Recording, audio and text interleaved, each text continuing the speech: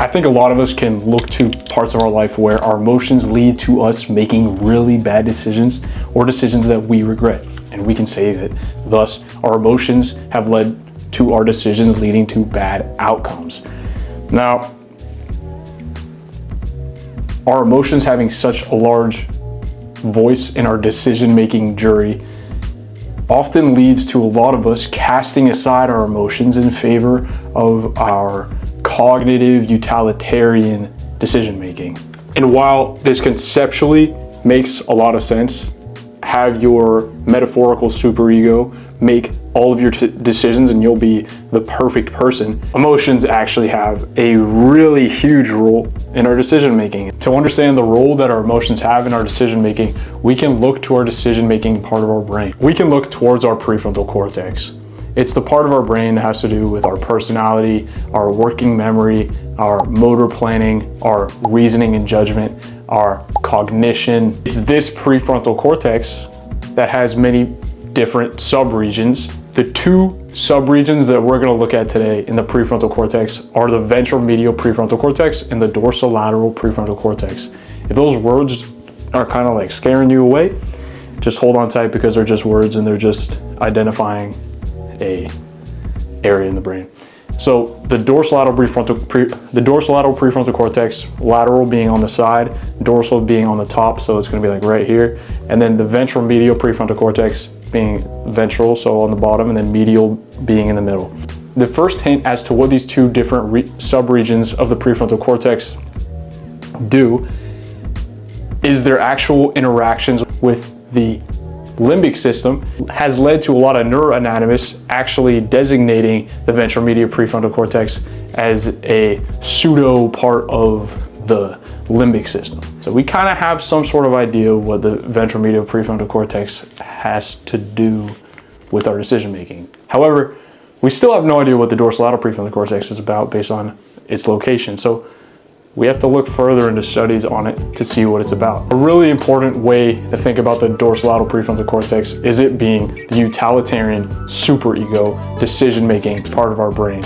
And we know that because there are studies that have looked at which parts of the brain are active when one person tries to forego one short-term reward for a larger future reward. And when people are trying to do that, to forego a short-term reward for a long-term reward, their dorsolateral prefrontal cortex is the most active frontal cortical part of our brain. It's also the part of our brain that's most active when we're asked a really difficult question, such as, hey, are you willing to kill one person to save 5 others? When someone is posed this question, and the longer time they're given to contemplate this question, the more active the dorsolateral prefrontal cortex is, the more likely the individual is to say yes to that question. In other words, they're more likely to say, yes, I'm willing to kill one person to save 5. There's another really interesting study that has to do with this technique called TMS, or transcranial magnetic stimulation. And when you look this up online, it's usually going to come up with different, probably clinical practices that practice TMS to help individuals with depression. But here we're going to look at it in the context of actually turning off parts of our brain so that we can understand how the brain works when the dorsolateral prefrontal cortex is turned off.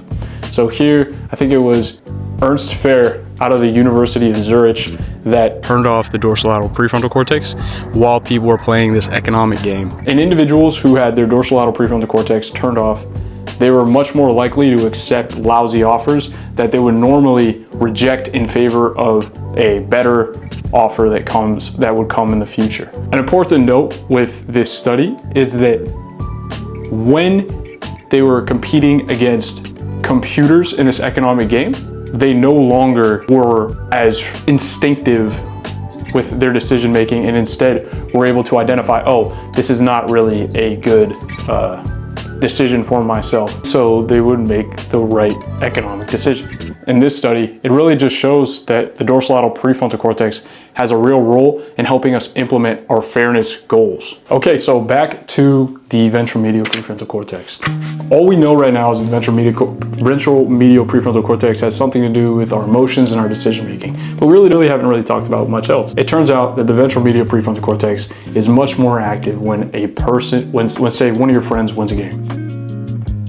So let's say your friend scores a goal in a match and you see how happy they are and you start to vicariously live out their experience through them and you start to feel that same joy. When you are experiencing that, once you're playing out their whole situation in their head and the way they feel in their head and interpreting that emotion, your ventromedial prefrontal cortex starts to be active.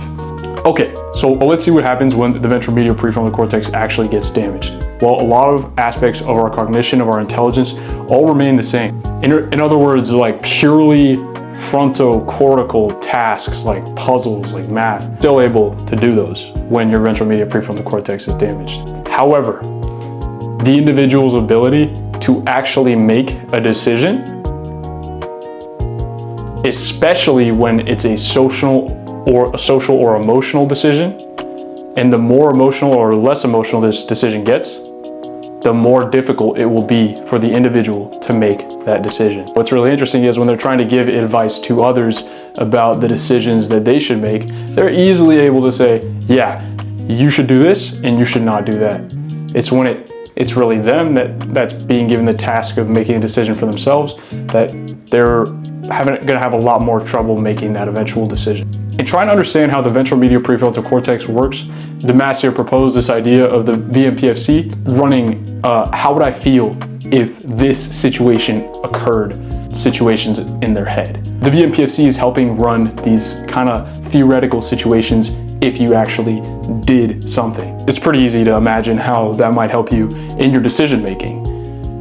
For instance, let's say you're thinking about becoming friends with a group of people. And so you go over that group of people and something about them seems a little bit off. Maybe one of them is doing drugs and that's kind of a sign to you that, oh, maybe something's a little off, or maybe it's something a little more nuanced than that. It's just a facial expression that makes you distrust them a little bit.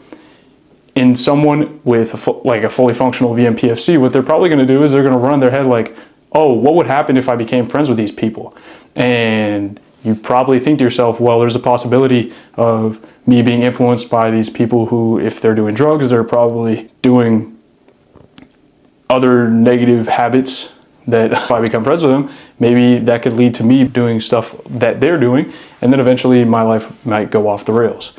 And having that ability to kind of play out what might happen if you join that group of people really helps in your decision making. And so if you remove your vmPFC, you're also removing the gut feeling part of our brain. The thing that just kind of lets us know like, I don't really think that I should do this in this situation. And this is why it makes sense that individuals with vmPFC damage are highly utilitarian in their decision making, and they value outcomes a lot more than intentions. So for example, in an individual with vmPFC damage, it posed the question, will you punish this person who did not intend to kill but ended up killing, or killing like 5 people? Or do you intend to punish this person that intended to kill one person but ended up not killing anybody?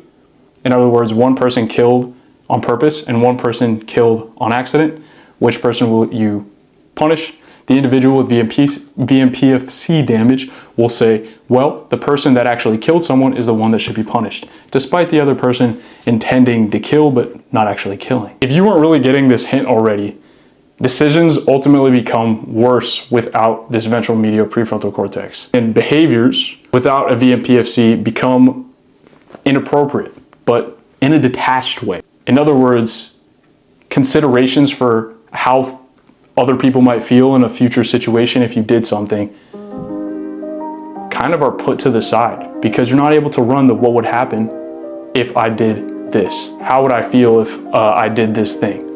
So a situation where you could see this playing out is if I go to a party that I haven't, this party happens to have a lot of people that I haven't seen in a while, and I go to this party, and without actually having the intention of being rude or mean, I go to this party and I say to some people, "Oh, you look fat. I haven't, oh, hey, you look fat." And then like I walk away, or just as an observation, and then someone comes by and they say, "Hey, that was kind of a mean thing for you to say. Why'd you say it?" And I just say, "Oh, it's true." It's just kind of not really something that most people would say, because they understand future implications that it would have both on themselves and on other people, making other people feel bad, and thus also leading to those people also disliking them in the future. In other words, we need our emotions and our decision making to help us assess what decisions will make us feel good or bad. Emotions thus have a pivotal role in our ability to make our decisions. I hope this video helped you kind of think about how our decision making works and how our emotions play a pretty big role in our decision making. I'd like to emphasize that a lot of what the prefrontal cortex does was not talked about in today's video, and I was really just focused on the dorsolateral prefrontal cortex and the ventromedial prefrontal cortex, and all of what those two subregions do wasn't entirely covered in this video. A lot of the research and a lot of the content that I used today came from this book called Behave by Robert Sapolsky. If you enjoyed this video and felt like you learned something, please like and subscribe, comment if you want, and comment if you read the book, or comment if you like this video. Peace, and I hope to see you in the comment section in future videos. Adios.